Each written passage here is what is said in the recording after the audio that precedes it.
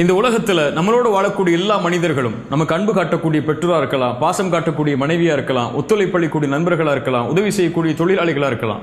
இவங்க எல்லாருமே நம்மளுடைய நோக்கத்தை நம்மளுடைய பாதையில் நிறைவேற்றுறதுக்காக இறைவனால் அமைக்கப்பட்டவங்க தான். இந்த உலகத்தில் ஒரு மனிதன் இன்னொரு மனிதனை சார்ந்து தான் வாழ முடியும். அதனாலே தன்னுடைய அங்கீகாரத்தை, தன்னுடைய மதிப்பை சக மனிதன் எப்படி முடிவு செய்கிறானோ அப்படியே தன்னை முடிவு செஞ்சு கொள்கிறான்.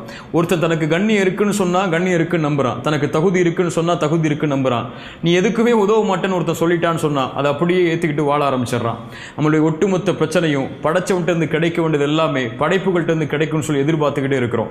நம்மளை படைச்சவன் என்னைக்கும் நம்மளுடைய தகுதியை, நம்மளுடைய திறமையை, நம்மளுடைய மதிப்பை, நம்மளுடைய சந்தோஷத்தை முடிவு செஞ்சுட்டான். ஆனால் படைப்புகள்கிட்ட இருந்து கிடைக்கும்னு சொல்லி பின்னாடியே போய்கிட்டே இருக்கிறோம்.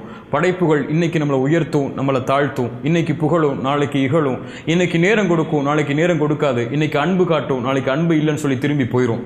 இது படைப்புகளுடைய இயல்பு. படைச்சவனை திருப்திப்படுத்தணும்